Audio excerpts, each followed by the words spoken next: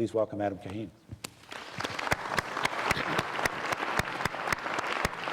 I have learned that those of us who are trying to solve tough problems often find ourselves stuck. And if we want to understand how to solve tough problems, we first have to understand why we find ourselves stuck. We cannot solve our tough problems working only on our piece. We can't transform these larger systems on our own or only with our friends and colleagues. These systems are too complex to be grasped or shifted by any one individual or organization or sector, and so we need to find ways to work not just with friends and colleagues, but also with strangers and opponents. We cannot transform these systems directly.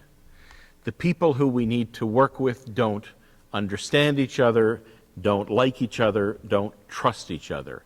They don't agree on what the solution is, they don't even agree on what the problem is.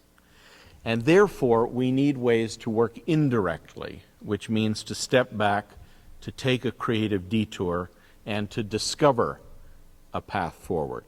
Faced with our unbelievably daunting challenges, we actually have two options. There's a practical option and a miraculous option.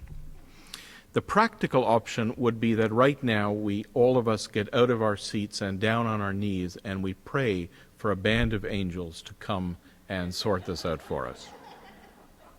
The miraculous option is that we continue to talk to one another and work together and find a way forward together. When we find ourselves in such stuck situations, we can get unstuck by telling stories. Scenario, the way I'm using the word, and this turns out to be very important, is a story about what might happen, about what's possible. It's not a story about what will happen, it's not a forecast, and it's not a story about what should happen.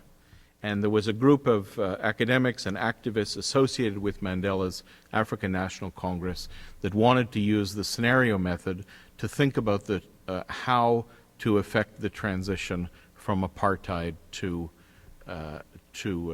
democracy, shifting from the energy of what we want to an open exploration of what is possible would be what unlocks the potential of this kind of work. So I learned that it is possible for an individual leader to change the story they're telling about what is happening and what is possible, and thereby to change the actions they're taking, and so to contribute to changing the future.